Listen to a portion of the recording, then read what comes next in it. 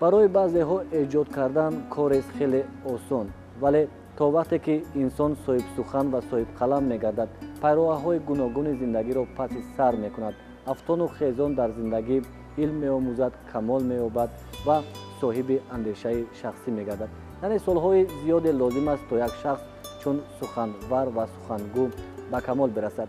бинандаи азиз салом, барномаи навбатии муждаи эҷод аст ва мо дар барнома пиромони навгониҳои ҳаёти фарҳангии кишвар бо шумо мужда мерасонем.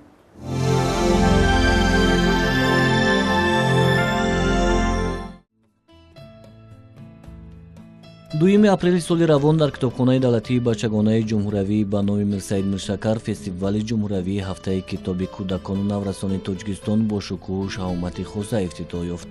фестивали ҷумҳуравии ҳафтаи китоби кӯдакону наврасон ки ба ҳукми анъана даромадааст, ҳамасола аз 2 то 9 апрел дар саросари кишвар идома меёбад. соли ҷорӣ низ ба барномаи фестивал вохӯриву озмунҳо, маҳфилҳои адабӣ, мисҳои мудаввар ворид гардидаанд. ҷанбасти фестивал 9 апрел соати 10 дар донишкадаи давлатии фарҳанг ва санъати Тоҷикистон дар назар аст.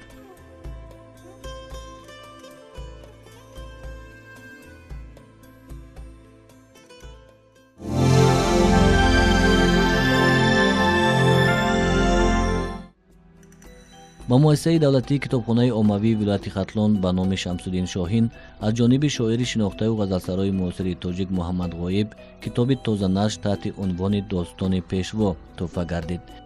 китоби Достони пешво аз ҳаёти асосгузори сулҳу ваҳдати миллӣ, пешвои миллат, президенти ҷумҳурии Тоҷикистон муҳтарам Эмомалӣ Раҳмон ки таъмингари беғубории фазои меҳру муҳаббат ва барҳамзании доғи кинаву қудрат мебошад ва дар маҷмӯъ тамоми нишонаҳои хулқу хислати инсони бузургро дар худ дорад, ҳикоят мекунад.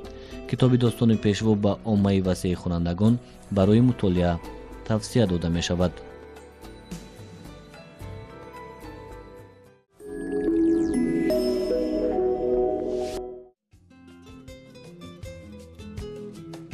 ҳафтаи китоби кӯдакону наврасони Тоҷикистон бо шукӯҳу шаҳомаи хоса дар муассисаҳои таълимӣ ва китобхонаҳои гуногуни кишвар таҷлил мешавад.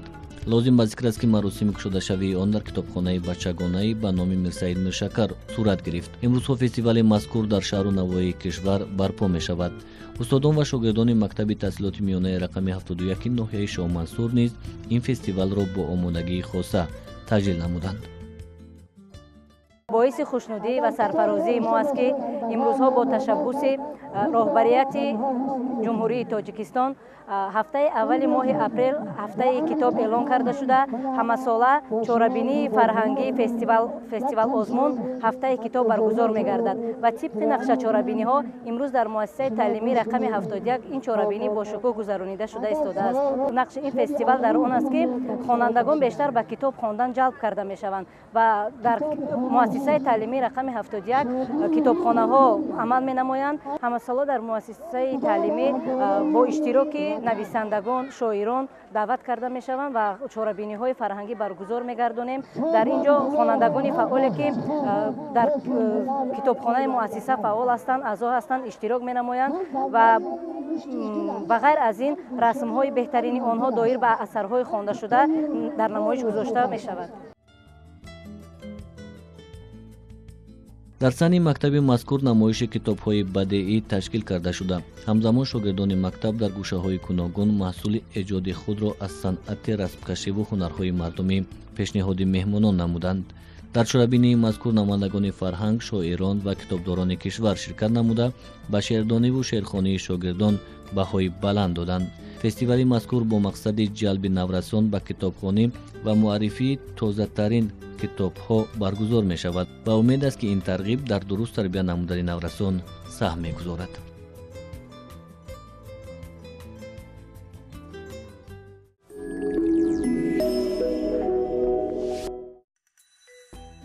нашриёти истеъдод яке аз маконҳои хосаи таву нашр буда, ҳамасола шумори зиёди китобҳоро ба таб мерасонад. дар ин макон як силсила китобҳои нав рӯи чоп омаданд. аз ҷумла китоби Вали Самад бо унвони ҷойгоҳи шоҳномаи Фирдавсӣ дар сарнавишти мардуми Кавказ, таҳқиқи осори бачагонаи Убайд Раҷаб. зери ин унвон китоби хосаи таҳқиқшуда рӯи чоп омад ки пиромони осори бачагонаи шоир Убайд Раҷаб маълумот медиҳад. китоби мазкур тӯҳфаи хубест барои олимони ҷавон, донишҷӯён ва дӯстдорони адаб.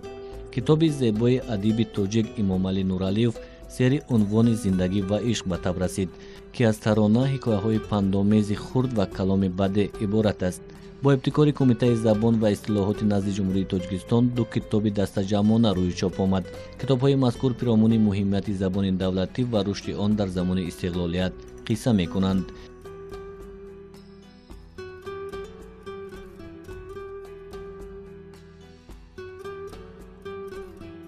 китоби дигаре ки дар ин макон ба таб расидааст дар масири озодии ҳинд ном дорад, ки ба қалами ҷовид холов марбут аст. муаллиф кӯшидааст дар китоб нақши адибони урдуро дар ба даст овардани истиқлолияти ҳинд то соли 1947 таҳқиқ намояд. китобҳои мазкур беҳтарин тӯҳфа ба дӯстдорони фарҳанг ба ҳисоб мераванд.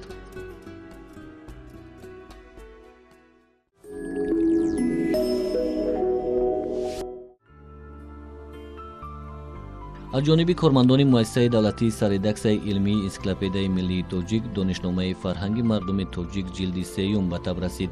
дар ҷилди навбатии донишнома муҳаққиқони тоҷик наврӯз ва дигар ҷашнҳои миллии мардуми тоҷикро омӯхта бо шакл ва дизайни хоса рӯи чоп овардаанд. бояд изҳор дошт ки то ба имрӯз вобаста ба ҷашни наврӯз чунин донишномае ҷой надошт ва олимони тоҷик аз бахшҳои гуногуни илм ҷамъ омада манбаъҳои илмиро аз кишварҳои гуногуни ҷаҳон дастрас намудаву омӯхтанд ва дар натиҷа чунин китоби пурмуҳтаворо ба хонандаи тоҷик пешниҳод намуданд. ҷилди саввуми донишномаи фарҳанги мардум ки асосан ба наврӯз, меҳргон, сада ва соири ҷашнҳо ба хусус фарҳанги об бахшида шудааст, дар арафаи ҷашни наврӯз барои мардум пешниҳод шуд ва ҳангоми рӯнамояшам маълум шуд, ки китоб аз тарафи донишмандони варзидаи ҷумҳурии Тоҷикистон, аз тарафи фолклоршиносон, мардумшиносон ва аз тарафи соир уламо ва ҳамчунин донишандӯзону донишомӯзон хуб пазируфта шуд ва хуб истиқболам шуд, зеро ин китоб дар нафси худ китоби ягонаист дар тамоми кишварҳои ҳавзаи Наврӯз. тавре ки мо таҷассус намудем, дар тамоми солҳои охир ягон кишвари дигар ҳанӯз даст ба навиштани донишномаи фарҳанги мардум ва бахусус Наврӯз назадааст ва Наврӯзро бо тамоми хусусиёту рамзҳову маросимҳояш дар як китоби ба шакли донишномаи умумӣ ҷамъ наовардааст ва ана ҳамин чиз умуман дар даврони соҳибистиқлолияти ҷумҳурии Тоҷикистон ва бахусус дар даврони ҷаҳонишавии Наврӯз хеле ба маврид ва зарурӣ буд, зеро мардум акнун ба Наврӯз бештар таваҷҷӯҳ мекунанд ва тавре ки мана мушоҳида мешавад, сол ба сол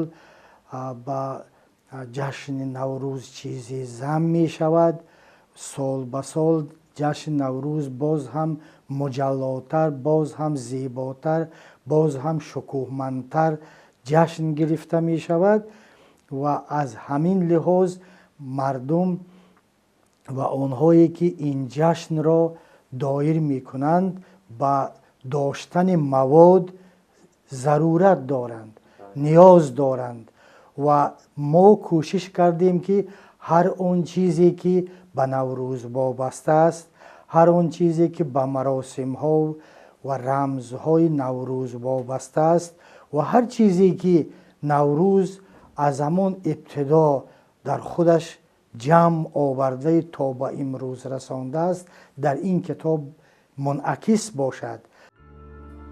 наврӯз яке аз ҷашнҳои миллии мардуми тоҷик дар масири таърих ба ҳисоб меравад ва маҳз омода намудани чунин мавод ки кори осон нест, баҳри дар ояндаи наздик боз ҳам рӯшантар намудани оинҳои наврӯзӣ ба хонандагон кӯмак мерасонад. ҳамзамон муҳаққиқон пиромони ҷашнҳои сада ва меҳргон низ дар ин китоб маълумот додаанд. ҳанӯз на танҳо дар ҷумҳурии Тоҷикистон, балки дар тамоми ҳамон кишварҳое ки ориёи таборанд ҳанӯз на наврӯз, на ҷашни меҳргон ва на ҷашни сада ба таври пурра омӯхта нашудааст. Зеро ин чиз гӯё ки нав, падидаи нав аст, ҷустуҷӯи нав аст ва акнун ба ин таваҷҷӯҳи хос зоҳир карда шуд ва акнун ҳозир омӯхтани бевосита, омӯхтани воқеан илмии он акнун шурӯъ шуда. Ва ин ҷашни меҳргону садае ки мо дар ин ҷашнҳоро низ дар ин китоб ҷо додем, албатта то андозае онҳо рӯшан шуданд. То ин давра, то ҳамин мақолаҳои, то ҳамин маводе ки мо дар китоб ҷо додем, пароканда дар рӯзномаҳову маҷаллаҳову дар китобҳои алоҳида инҳо ба таб расида буданд, вале дар ҳамин як шакли мунҷамид набуданд ва мо инҳоро аз соир китобҳое ки дар Эрон, дар Афғонистон ва дар ҷумҳурии Тоҷикистон ва дар ҷумҳуриҳои ҳамҷавори мо дар хусуси ҷашнҳои меҳргону сада низ чизе пайдо шуд, онҳоро низ ҷамъоварӣ намудем ва мураттаб сохтаву дар ин китоб ҷой додем. Ва бибинед ки ҳикмати ин ҷамъоварӣ ё ки ин назар дар он аст ки ин се ҷашн аз ҳамдигар ҷудо нестанд. яке идомаи дигарест, яке такмилкунандаи дигаре мебошад. طبق пешниҳоди мутасаддиён дар тартиб додани донишномаи Наврӯз беш аз 200 китоби илмӣ ва беш аз 1300 мақолаҳои илмӣ ва илми омӯзишӣ истифода шудааст. рӯи чоп омадани донишномаи Наврӯз беҳтарин мужда баҳри ҳар як фарди тоҷик ба ҳисоб меравад, зеро ин китоб метавонад сасолаҳои дигар баҳри зинда мондани ҷашнҳои миллии мардуми тоҷик кӯмак расонад.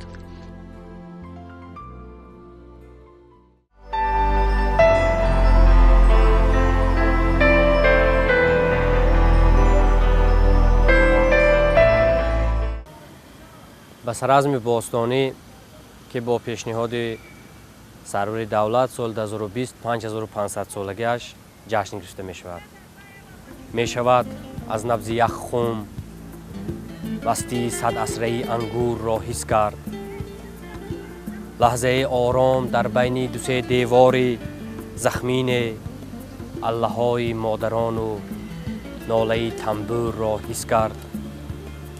мешавад як лаҳза кандӯи асалро гӯш дод, то садои хуни гул андар раги замбурро ҳис кард. мешавад то субҳи боварро зи пушти чодари тардид ёфт. ногаҳон аз синаи шабҳои таърих озари умед ёфт. мешавад аз мотаме ҳам ид ёфт, аз адам ҳам одами ҷовид ёфт. ин катиба дар сари санги мазори зардуҳишт аст. ин катиба дар сари санги мазори зардуҳишт аст. мешавад аз хок ҳам хуршед ёфт.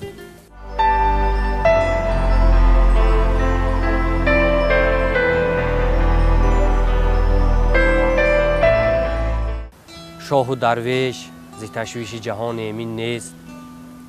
ҳар ки фарҳод шавад гӯ ҳама ғам ширин нест. ин ҳама беҳадафиҳои ту аз бедардист. гар дилеро алами ишқ буд мискин нест. ту аз ин мулк равӣ то бишавӣ осуда. сари бедарду бало дар яману дар чин нест. кас ба пироҳани зебо нашавад озода. ҳарчи болу пари худ боз кунад шоҳин нест. мӯмине рафт калисо ту магӯ кофар шуд. ҳар ки масҷид надаромад ба худо бедин нест. аҳли дил бо сухане кина зудоянд аз дил. ҳар касе теғ бигирад сабаби таҳсин нест. ман чаро пайравӣ кардам зи азизони кӯҳан, чунки 100 панду масал ҳасту туро тамкин нест.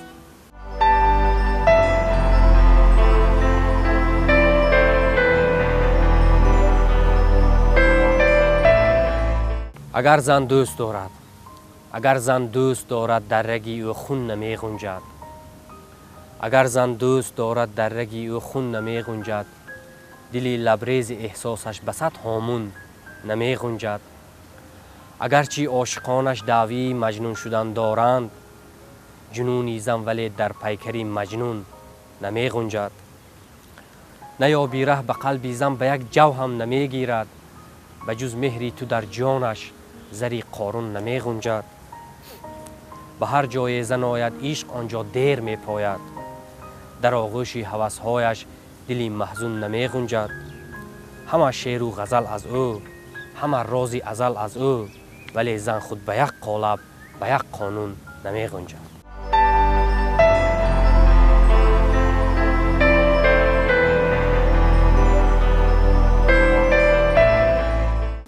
تو پنهان می شدی از من از تو می شدم پنهان. مرا می یافتی مشکل، تو را می یافتم آسان. تو را هرگاه چون یابم پر از شور و شعف بودی، ز خرسندی و خنداخند تو گویی شاد کف بودی.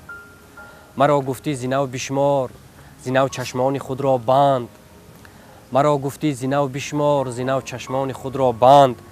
همان بود آخرین آواز، همان بود واپسین لبخند. شمردم تا هزارو اند، کجا پنهان شدی ای یار؟ نمی یابم نشانت را پسی دروازه و دیوار. تو رفتی از برم ناگه به بازی های طفلانه، پر از عکسی صدا کردم در و دیوار و تهخانه. ز دوری آمد این آواز، نرفتم من پسی دیوار، پسی آزارها رفتم، پسی تقدیر بیزینهار.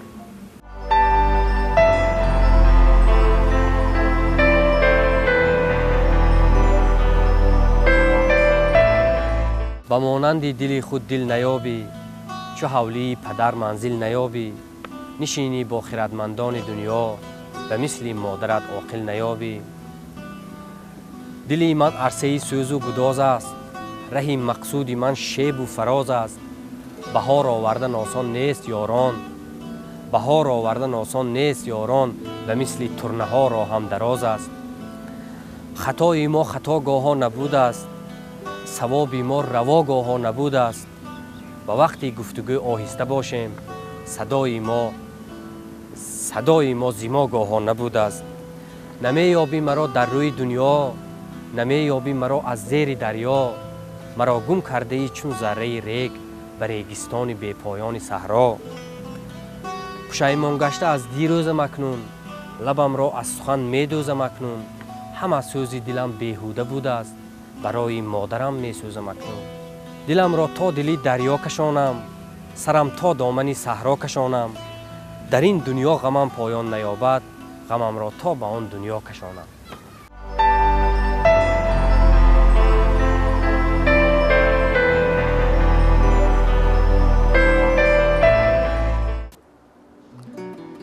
میگویند که گوش کرده توانستن نیز از دانش و ملکه انسان وابسته است، زیرا در نوشته آمده است که اگر خواهی سرت سلامت و تنت سالم باشد، کم سخن بگو ولی بسیار گوش کن. بیننده عزیز، اینجا رسیدیم به فرجام برنامه نوبتی مژده ایجاد. هر آنچه گفتیم از ایجاد اهل قلم کشور بود. تا برنامه دیگر شاد بمانید.